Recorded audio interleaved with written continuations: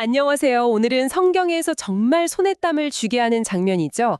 출애굽기 14장, 그 홍해 앞에서의 사건을 좀 깊이 들여다볼까 합니다. 이집트를 막 탈출한 이스라엘 백성들. 앞에는 건널 수 없는 바다, 뒤에는 파라오 군대가 쫓아오는 그런 상황인데요. 네, 그렇죠. 이야기가 시작되는 지점도 흥미로운데요. 하나님이 모세한테 일부러 특정 장소, 그 바닷가에 진을 치라고 하시잖아요. 네, 맞아요. 그냥 우연히 거기로 간 게 아니라는 거죠. 그렇죠. 이게 성경을 보면 하나님이 파라오 마음을 다시 좀 완고하게 만들어서 추격하게 하실 계획이었다고 나와요.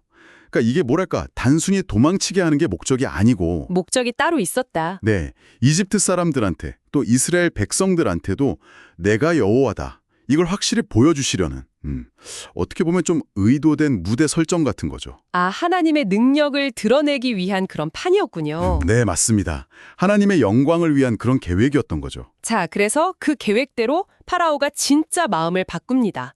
아, 내가 왜 보냈지? 후회하면서 정예 병거 600대 이걸 포함해서 그냥 모든 군대를 다 끌고 추격을 시작해요. 네, 어마어마한 군사력이죠. 당시 최강 대국이었으니까요. 상상만 해도 끔찍한데요. 앞은 바다고 기에서는 그 먼지 일으키면서 최정예 부대가 달려오고. 그렇죠. 백성들 반응은 볼 보듯 뻔하죠. 극심한 공포. 네, 완전 패닉 상태가 돼서 모세한테 막 원망을 쏟아내잖아요.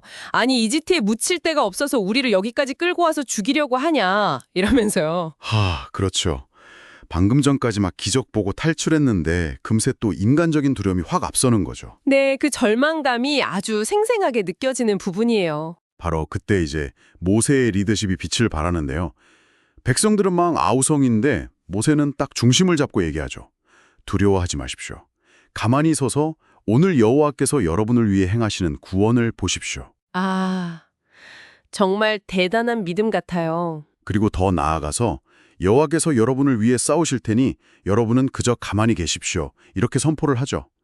이 위기 속에서 인간이 할 일은 막 발버둥 치는 게 아니라 오히려 하나님의 역사를 신뢰하고 잠잠히 기다리는 거다. 이걸 보여주는 것 같아요. 그리고 정말 말도 안 되는 일이 벌어지잖아요. 네, 그렇죠. 하이라이트죠. 하나님 명령대로 모세가 지팡이를 들고 바다 위로 손을 쫙 내미니까 밤새도록 강한 동풍이 불어서 네, 물이 갈라지는 거죠. 그냥 갈라지는 정도가 아니라 바닥이 마른 땅처럼 변하고 물이 양옆에 벽처럼 서고요. 그 사이를 이스라엘 백성들이 걸어서 건너가는 거잖아요. 와, 영화의 한 장면 같죠, 정말. 성경에는 물이 좌우에 벽이 되었다 이렇게 묘사되어 있어요. 근데 더 놀라운 건 이집트 군대도 그 길을 따라서 바다로 들어온다는 거죠. 네, 그 마른 땅을 보고 자기들도 건널 수 있겠다 싶었겠죠? 주저없이 그냥 따라 들어옵니다. 정말 무모한 건지. 근데 바로 그때 하나님이 개입하시죠. 그 이스라엘을 인도하던 불기둥, 구름기둥 가운데서 이집트 군대를 막 혼란에 빠뜨리시고 병거 바퀴가 막 뻑뻑해져서 잘 굴러가지도 않게 만드셨다고 나와요. 네네, 진흙에 빠진 것처럼요. 그렇죠. 그러니까 이집트 병사들도 막 당황해서 야, 이거 안 되겠다. 여호와가 이스라엘 편에서 우리랑 싸운다. 도망가자. 막 이렇게 외쳤다는 거예요. 자기들 입으로도 인정할 수밖에 없는 상황이었군요. 네. 그리고 새벽이 되자마자 모세가 다시 손을 내미니까 갈라졌건 바닷물이 다시 합쳐지는 거죠. 네, 순식간에요. 그래서 추격하던 이집트 군대는 완전히 그냥 다 잠겨버린 거네요. 성경 표현이 정말 단호하더라고요. 하나도 남지 아니하였더라. 맞습니다. 그 완전한 심판, 완전한 구원을 강조하는 표현이죠. 이 사건을 통해서 하나님이 이스라엘을 이집트의 그 압제에서 완전히 건져내신 거군요. 네, 결정적인 구원이죠. 근데 여기서 진짜 중요한 건 이 모든 과정을 이스라엘 백성들이 다 지켜봤다는 거예요. 하나님의 그 엄청난 능력, 이집트 군대가 속수무책으로 당하는 걸 눈으로 직접 본 거죠. 아, 그 경험이 중요했겠네요. 그렇죠.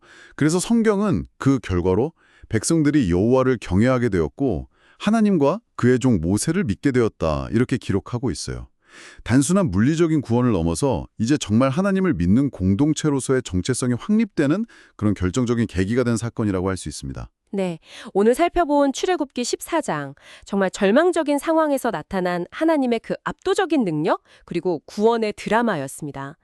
백성들의 그 현실적인 두려움과 원망, 또 그 속에서도 믿음을 지킨 모세, 그리고 모든 걸 뒤집으시는 하나님의 개입까지 정말 생생하게 그려진 것 같아요. 맞아요. 이게 단순히 와, 신기한 기적이 일어났네, 여기서 끝날 게 아니라 구원이란 무엇인가, 또 믿음이란 무엇인가에 대해 참 많은 생각을 하게 만드는 이야기입니다. 여기서 청취자분들께 한 가지 좀 더 생각해 볼 거리를 던져드리고 싶은데요. 네, 어떤 걸까요?